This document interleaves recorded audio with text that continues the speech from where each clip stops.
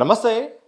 ఆ నలుగురు అధికారులు పద్ధతి మార్చుకోవాలి, లేకపోతే మాత్రం కఠిన చర్యలు తప్పవంటూ ఏకంగా రాష్ట్ర డీజీపీనే వార్నింగ్ ఇచ్చిన సందర్భంలో ఆ నలుగురు అధికారులు ఎవరు, అంతగానం డీజీపీ టార్గెట్ చేయాల్సిన పరిస్థితి ఎందుకు వచ్చిందనే దానిపైన తీవ్రమైన చర్చ ఇటు మీడియాలోనూ అలాగే పోలీసు వర్గాల్లోనూ కూడా కనిపిస్తూ ఉంది. ములుగు జిల్లా పర్యటనలో భాగంగా సోమవారం అయితే మాత్రం సివి ఆనంద్ చేసిన వ్యాఖ్యల నేపథ్యంలో మొత్తం కూడా ఎవరెవరు ఉంటారు, ఎందుకు ఇంతగా అంతగానం ఇబ్బంది పెట్టే వాళ్ళు ఎవరు, నిజంగా ఒక డీజీపీ స్థాయిలో కూడా చెప్పినా కానీ వాళ్ళ బిహేవియర్ ఎందుకు మారడం లేదు అనే దానిపైన తీవ్రమైన డిస్కషన్ అయితే నడుస్తుంది.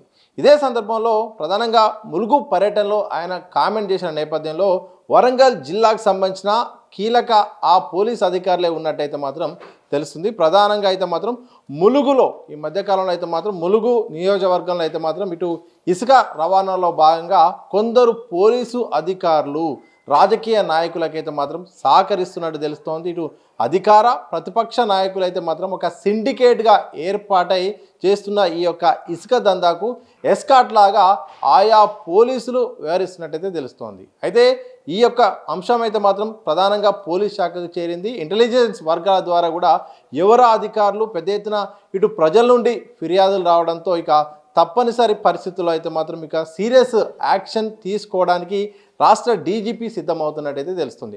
ప్రధానంగా ములుగులోని మన ఒక 3 ప్రాంతాలైతే మాత్రం పేర్లు వినిపిస్తున్నాయి. ములుగు జిల్లాలోని మంగపేట, వెంకటాపురం, వాజేడు మండలాల్లోని ఇసుక రీచ్లో అయితే మాత్రం అధికార ప్రతిపక్ష పార్టీలకు సంబంధించిన నేతలు అయితే మాత్రం కుమ్మక్క ఇక్కడైతే మాత్రం ఇసుక దందా చేస్తున్నట్టు తెలుస్తుంది. ప్రధానంగా ఇంతకుముందే మనం మాట్లాడుకున్నట్టు పోలీసులు పూర్తి స్థాయిలో సహకరించి పై నుండి కూడా ఎలాంటి ఒత్తిడి రాకుండా ఎప్పటికప్పుడు కూడా అండగా ఉంటున్నట్టయితే తెలుస్తుంది. ఇందులో భాగంగా పెద్ద ఎత్తున అయితే మాత్రం డీజీపీకి ఆయా అధికారులకు సంబంధించిన పేర్లు అయితే మాత్రం చేరినట్టు తెలుస్తుంది. ఒకవైపు వీడియో కాన్ఫరెన్స్లో వార్నింగ్ ఇచ్చినప్పటికీ కూడా వాళ్ళలో ఎలాంటి మార్పు రాలేదు. అందుకోసమే ఇక త్వరలో సీరియస్ యాక్షన్ దిశగా అడుగులు వేస్తున్నట్టయితే తెలుస్తుంది.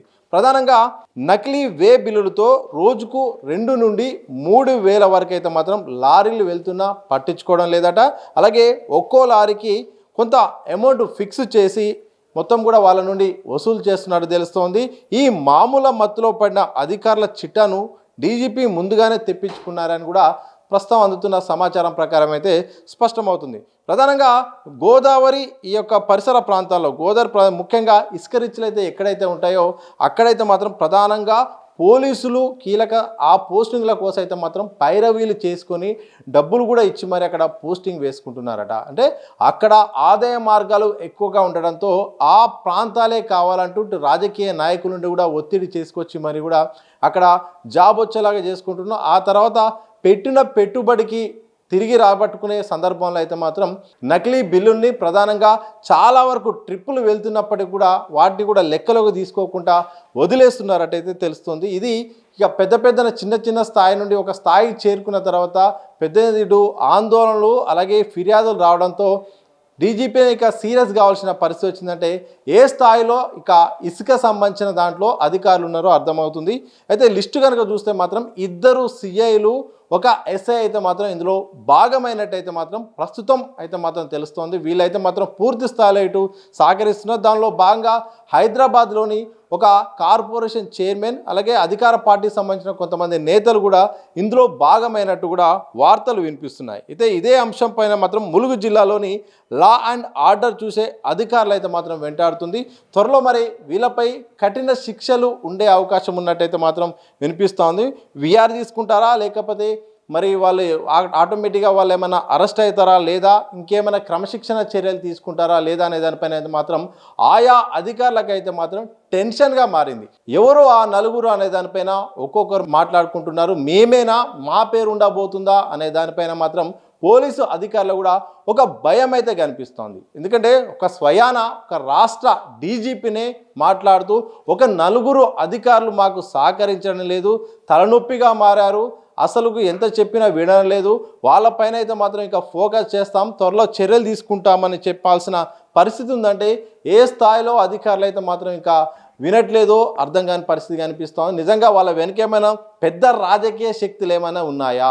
ఒక పెద్ద సీనియర్ మొత్తం అంత ఒక డీజీపీ స్థాయి వ్యక్తి మాట్లాడాల్సిన పరిస్థితి ఎందుకు వచ్చింది? కనీసం వాళ్ళపై చర్యలు తీసుకోకుండా కానీ ఎందుకు ముందుగా మాట్లాడాల్సి వచ్చింది? దాని వెనుక ఎవరున్నారని దానిపైన మాత్రం ఒక్కొక్కరు ఒక్కొక్క రకంగా ఊహాగానాలు అయితే వినిపిస్తున్నాయి. చూడాలి ఆ నలుగురు ఎవరు కాబోతున్నారు, నిజంగా ఎందుకు మాట్లాడాల్సి వచ్చింది, కేవలం ములుగు నియోజకవర్గానికి సంబంధించిన వాళ్ళేనా, లేకపోతే బయట నుండి అంటే రాష్ట్ర వ్యాప్తంగా ఉన్న అందరినీ కలిపి అన్నాడా లేదా అనేది మాత్రం ఒక సస్పెన్స్గా అయితే ఉంది. ఏదేమైనప్పటికీ 3 మండలాల్లో ఇసుక సంబంధించిన రిచ్ల వద్ద అయితే మాత్రం పోలీసుల అండదండతోనే ఇటు అధికార ప్రతిపక్ష పార్టీలో ఒక సిండికేట్గా ఏర్పాటు అయితే మాత్రం అక్కడ మొత్తానికైతే మాత్రం ఇటు నకిలీ బిల్లులు ఇవ్వడం, అలాగే లెక్కలోకి రాకుండా మొత్తం మామూలు కూడా తీసుకొని వేల కొద్ది ఇసుక ట్రిప్పులను కూడా బయటికి రవాణా పంపించడం లాంటి వార్తలు అయితే మాత్రం బయటకు వస్తున్నాయి. చూడాలి డీజీపీ తీసుకునే నిర్ణయం పట్ల ఆధారపడి ఉంటుంది. ఇది ఓన్లీ ఇసుక మాఫియా సంబంధించిన వ్యవహారమేనా, లేకపోతే